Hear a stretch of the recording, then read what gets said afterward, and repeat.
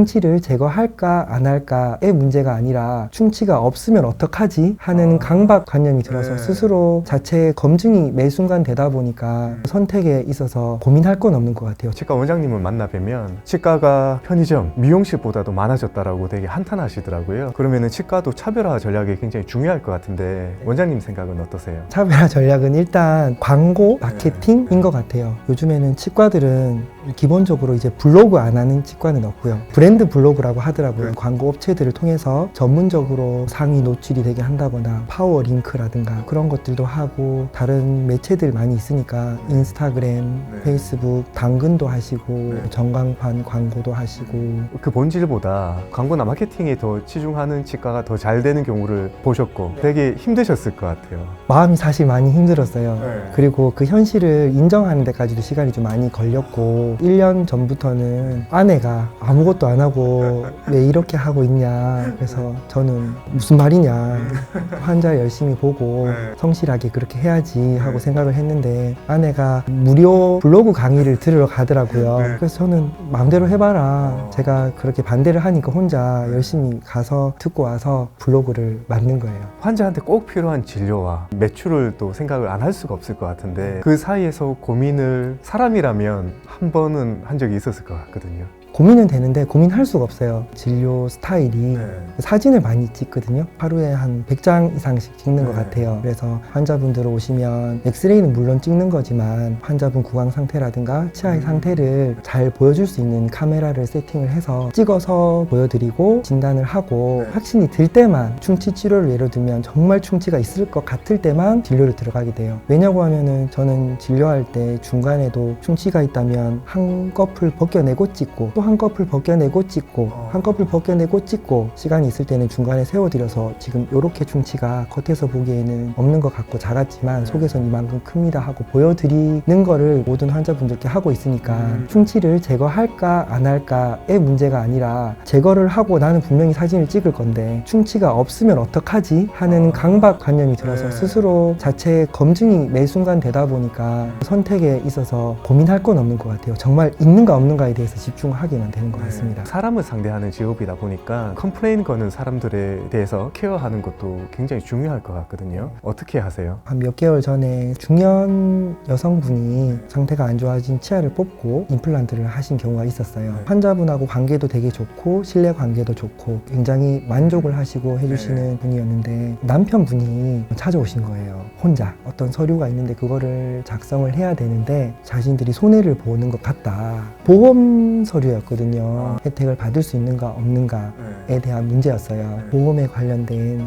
문제들도 많이 있으니까 저희들은 항상 병명에 대해서 확실하게 진단을 해서 써주거든요. 거짓을 쓰거나 그런 건 없습니다. 확실해야 되니까 이제 보험금을 받는데 조금 어려움이 있으셨나 봐요. 그거는 보험사와 환자분과의 관계이기 때문에 저희는 있는 의학적 판단에 대해서만 정확히 보험 서류를 써드리는데 저한테 이제 너무 화를 내시고 소리를 치고 그러시니까 너무 마음이 상하더라고요. 근데 뭐 따로 방법이 없으니까 말 들어드리고 고쳐 쓸 수 없는 겁니다. 있는 그대로 써드려야 됩니다. 받을 수 있는 항목이 없는지 한번 알아보시는 게 좋고 저도 한번 알아봐 드리겠습니다 하고 이제 보내드렸거든요. 근데 또 한 번 오셨어요. 환자에 대한 상태에 대한 설명을 사실 그대로 써주지만 받을 수 있는 경우가 있다더라 해서 그거에 대해서 이렇게 써드릴 수 있습니다. 보험금 받을 수 있는지 한번 확인해 보세요. 근데 이거를 다르게 제가 진단명을 써드릴 수는 없습니다. 또 달래서 보내드렸어요. 근데 이제 한참 지나고 나셔가지고 아내분이 오셔가지고 너무 죄송하다고 그때 남편을 말리려고 했는데 원장님 좋은 분이다 그분한테 그럴 내용이 아니다 하고 했는데 원장님이 조언해 주신 내용대로 보험사하고 얘기를 해봤더니 보험금 받을 수 있었다 감사하다 해결이 돼서 마음이 풀어지더라고요. 근데 사실 그런 경우들이 많이 있을 수 있어요. 설명이 부족해서 또 환자분께서 이해를 조금 못 하시거나 오해해서 그런 일들이 많이 생기는 것 같습니다. 사람들은 좋은 치과를 고를 수 있는 방법이 궁금할 것 같거든요. 몇 가지만 소개 좀 해주세요. 현업에 있는 입장에서 좋은 치과를 고르는 방법을 설명해 드리기가 참 곤란한 느낌도 있는데 3군데 이상 가보는 거예요. 병원을 다른 느낌이라든가 다른 규모라든가 다른 지역이라든가 3군데 이상 가보시고 비교해 보시고 판단해 보는 게 일반 분들이 할 수 있는 방법인 것 같고요. 아니면 요즘은 치과를 선택할 때 블로그라든가 인터넷 검색, 네이버 리뷰 많이 보시는 것 같더라고요. 보시고 나서 내가 치과 의사라면 어떻게 하는 것이 자기한테 좀 더 힘든 일일까를 생각을 좀 해봤을 때 이렇게 하면 치과 의사가 더 힘들지 않을까? 손해가 아닐까? 하는 방식으로 진료하거나 상담하거나 하는 치과가 있다면 믿을 수 있지 않을까 싶고요. 그렇습니다. 치과 의사는 자녀들한테는 어떻게 구강 관리를 하는지가 궁금하거든요. 아이가 양치질하기 너무 싫어하더라고요. 치약을 묻혀서 입안에 닦아주면은 그 거품이 금방 생기니까 불편해서 싫어하고 아프다고 그러고, 그래서 아이한테 네가 스스로 치약을 칫솔에 묻혀서 닦고 다 헹구고 치약을 묻히지 않은 칫솔을 들고 나한테 와라. 칫솔을 가지고 오면 제가 양치질을 꼼꼼하게 구석구석 오랜 시간 해줍니다. 치약을 묻히지 않고 닦는 것도 효과가 있나요? 치약을 묻혀서 아이가 아예 안 닦으려고 한다면 어쩔 수 없이 치약 없이라도 닦아주는 게, 치약을 쓰는 것보다는 그 닦아주는 물리적 동작이 조금 더 중요하기 때문에 그렇게라도 하고 있고요.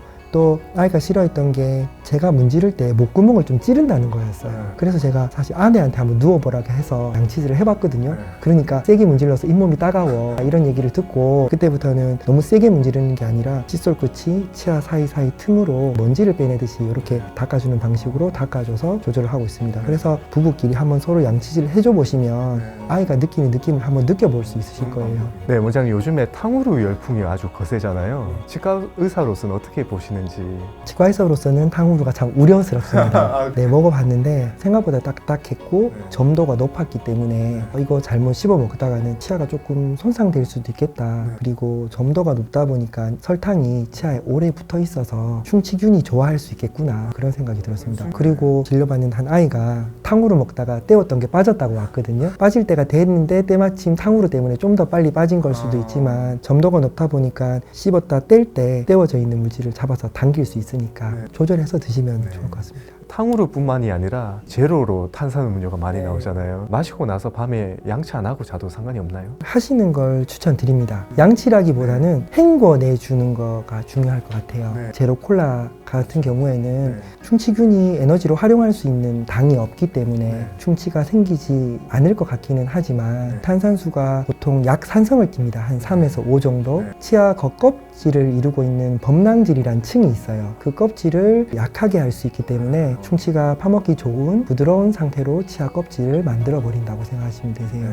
그래서 탄산수가 치아에 오래 작용하고 있지 못하도록 양치질을 하셔도 되시고, 물로 여러 번 헹궈내서 그렇게 해주시는 게 좋을 것 같고, 탄산수를 적당히 조절해서 드시면 좋을 것 같아요. 근데 사실 저도 콜라 너무 좋아해서 자주 먹고 있습니다. 그리고 탄산수가 하는 역할에 반대 역할을 할 수 있는 게 불소거든요. 불소가 함유된 치약을 쓰시면 치아 껍질이 더 단단한 조직으로 만들어져요. 충치가 파먹기 조금 더 어려운 구조로 만들어주기 때문에 불소가 함유된 치약을 쓰시고, 아이들 같은 경우에는 불소 도포를 가끔씩 해주셔도 도움이 된다고 생각합니다. 되게 아이러니한 질문을 드려야 될 것 같은데요. 치과를 안 갈 수 있는 방법은 없을까요? 결론적으로는 없습니다. 안 갈 수 있는 방법은 없고요. 우리가 양치질을 아주 열심히 하더라도 치아와 치아 사이 틈이라든가 치아 씹는 면에도 보면 깊은 골짜기들이 있어요. 칫솔이 닿을 수 없는 곳이거든요. 그래서 그런 곳에는 우리가 양치질을 하더라도 충치균은 또 들어갈 수 있겠죠. 들어가서 좀 먹고 살 수 있단 말이에요. 양치질을 잘한다고 해서 아예 안 생길 수는 없어요. 당분을 안 먹으면 그럴 수도 있겠죠.